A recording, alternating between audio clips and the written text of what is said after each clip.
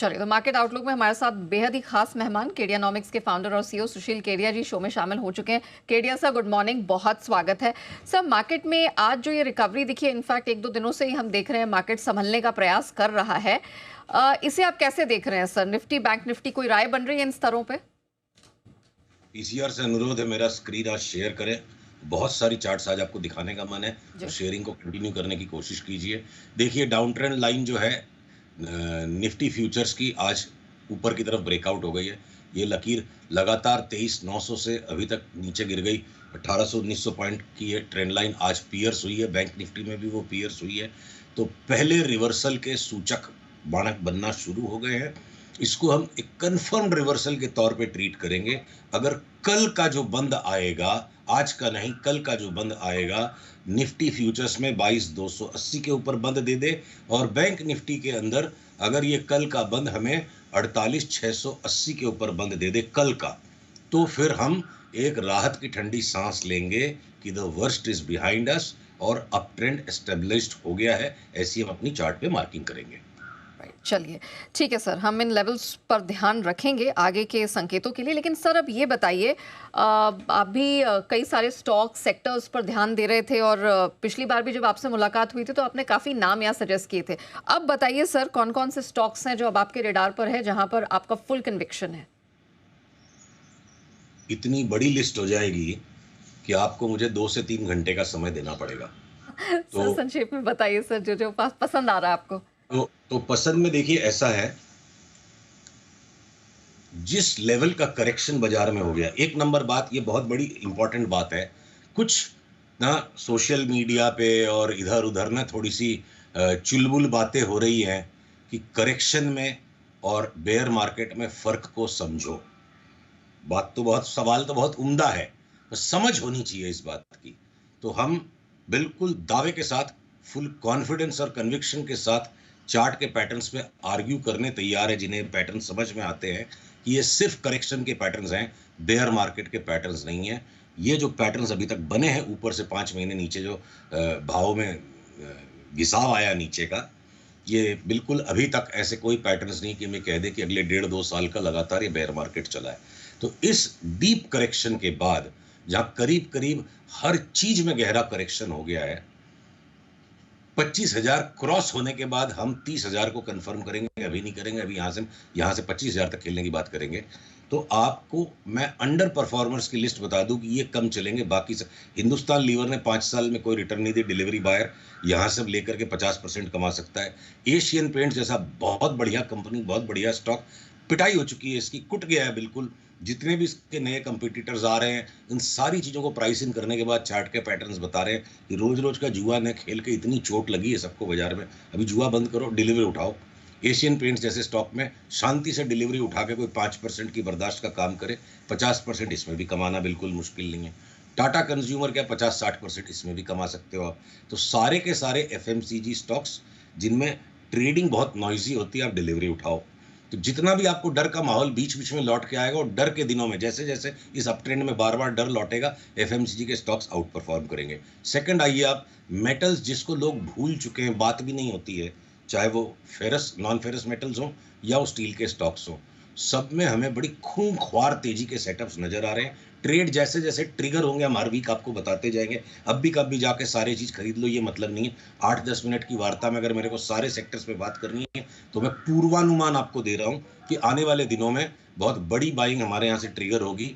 Jindal stainless में, JSW energy में, steel authority of India limited में, NMDC स्टील में, NMDC में, और पीछे पीछे बाकी का भी सारा स्टील का और नॉन फेरस मेटल्स का संप्रदाय चल पड़ेगा। हिंदुस्तान जिंक, हिंदुस्तान कॉपर, ये सब डबल हो सकते हैं। अब भी कब भी ले लीजिए, हमने नहीं कहा, उसके लिए फिर डिटेल में चार्ट बात करनी पड़ेगी, 3-4 घंटे। केडिया सर, माफ कीजिए, मैं अभी सेक्टर्स पे भी नहीं बात करते, आपने सही कहा, बहुत समय लग जाएगा। अगर आप निफ्टी के ही मुझे नाम बता दीजिए स्ट्रॉन्ग कन्विक्शन वाले, that is well and good sir. Bajaj finance, Bajaj Finserv और UPL को छोड़ के, ये 3 स्टॉक्स को छोड़ के, इनमें तीनों में हम शॉर्ट करने के लिए अभी भी मौके ढूंढेंगे, इन तीनों को छोड़ के बाकी के 47 स्टॉक में से 42 स्टॉक आज की तारीख में बाई है। बाकी ये जो भारती एयरटेल या ये जो आयशर मोटर्स थोड़े नॉइजी हैं या ग्राजीम थोड़ा नॉइजी है, ये भी हो सकता है 8-10 दिनों में हो जाए। तो आप ये समझ लो निफ्टी के 50 में से 40 स्टॉक चीख रहे हैं, जहां से मिले पैसा लाओ और माल खरीदो। ओके सर, कोई ऐसा चार्ट है जो स्पेसिफिकली आप हमारे दर्शकों को दिखाना चाहेंगे, समझाना चाहेंगे कि कैसी स्ट्रेंथ की पैटर्न्स बन रहे हैं? आपको मैं एक बहुत महत्वपूर्ण चार्ट दिखाना चाहता हूं। इसको हम फ्लाइट टू एडवेंचर इंडेक्स कहते हैं। 2025 में बड़ा पैसा बनेगा निवेश करके। भय के वातावरण में गाली गलौज कर लेना, ट्रोल कर लेना, परेशान हो जाना, दुखी हो जाना, घर में क्लेश कर लेना स्वाभाविक मनुष्य का स्वभाव है। इस स्वभाव से ऊपर उठिए, सुपरमैन बनिए। सारी दुनिया डरी हुई तो मान लीजिए। देखिए पीसीआर से अनुरोध इस चार्ट को दिखाएं। BSE small cap 250 index divided by BSE index. अगर बाजार एक तरफा तेजी या मंदी दोनों में से कुछ भी पकड़ता है तो छोटे वाले स्टॉक्स ज्यादा भागते हैं, उसमें लिक्विडिटी कम होती है। तो जब आउट परफॉर्मेंस अंडर परफॉर्मेंस जब सीवियर होता है, जितना भी अंडर परफॉर्मेंस होना था इन स्मॉल कैप स्टॉक्स का, और इन्हीं की तर्ज पे, इसी चार्ट की तर्ज पे 26,000 की इंडेक्स पे हमने टेबल पीट के बोला था 23,000 की निफ्टी आ जाएगी। हो सकता है 21 भी जाए, और लास्ट के 1000 पॉइंट 700 पॉइंट में ठीक है, थोड़ी बहुत भय में हमारी भी चूक हुई है।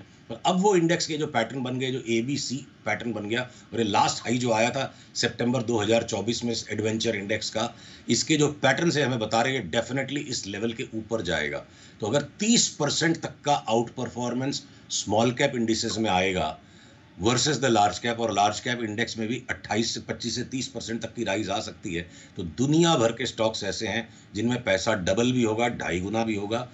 भय ही ऐसा समय होता है जब आपको समझदारी का निवेश करना है। 30-40 स्टॉक्स की खरीदारी करके एक बढ़िया ताजा पोर्टफोलियो अगले महीने 1.5 महीने में बनाइए। जैसे जैसे भाव ऊपर आने लगते हैं, भेड़ चाल में पैसा नहीं है। एकांत में, अकेले में अपनी सोच के, अपनी समझ के अनुसार सौदा कीजिए। महत्वपूर्ण बात है, सामर्थ्य अनुसार सौदा करेंगे तो समृद्धि जरूर आएगी। सारी समस्या बाजार में यही है, सामर्थ्य के बाहर मार्जिन ट्रेडिंग, फंडिंग मिल गई, बोरोइंग मिल गई, लिवरेज मिल गई, उधार का पैसा ले लिया, बाजार में डाल दिया ना, उस आदमी का कुछ नहीं हो सकता। समझदारी से निवेश करने वाले आदमी के लिए 2025 में अभी भी पैसों की बरसात होगी। ओके सर, ग्लोबल मार्केट और पर्टिकुलरली यूएस मार्केट पे क्या नजरिया है सर? ये तो डाउ 2 दिन में 1300 पॉइंट गंवाए हैं। क्या ये चिंता की बात है, और ये क्रैश होगा और नीचे जाएगा? क्या लग रहा है सर आपको? देखिए वॉल स्ट्रीट में सीबीओई इंडेक्स, जो वॉलेटिलिटी इंडेक्स है, उसमें एक शूट आउट आ गया था, और ट्रम्प साहब के लौटने के बाद ना हम सबको आदत डाल लेनी चाहिए। अगले 4 साल उनकी बातचीत, उनका व्यक्तित्व ऐसा है कि संसार के अंदर में चिंताएं ज्यादा होंगी। वो सबको चिंतित करवा के अच्छे काम करते हैं, चुपचाप नहीं करते हैं। तो वो थोड़ा बोलते ज्यादा हैं, और इसलिए ट्रम्प के एरा में वॉलेटिलिटी एलिवेटेड ही रहेगी। और ये जो वॉल स्ट्रीट पे हुआ है, हमने जो डीप करेक्शन एंटिसिपेट किया था, हमने अपने उस डीप करेक्शन को, वॉल स्ट्रीट के पिक्चर को एक बार के लिए त्याग दिया है। हो सकता है आज की रात अगर आज ऊंचा बंद हो जाए नैस्डैक और S&P, तो हम 15% की वहां पे तेजी का कॉल ट्रिगर कर देंगे। और अगर S&P और नैस्डैक जैसे मार्केट जो सैचुरेटेड लगते हैं हमें, उनमें भी एक बार 15% की जगह है, तो 20-25% हमारी निफ्टी सेंसेक्स में बढ़ने को टाइम नहीं लगेगा। भय है, घबराहट है, थोड़ा सा सावधान अभी हमें यहाँ रहना है, पर क्या पता अगले वीक तक जब हम आपके साथ मिले चहल पहल बनी हो। यार सर फिंगर्स क्रॉस्ड, उम्मीद तो यही है कि अच्छी तेजी की चहल पहल हो। Thank you so much sir हमारे साथ जुड़ने के लिए, बताने के लिए कि कहाँ कहाँ अब इन स्तरों से इस मार्केट में है कमाई।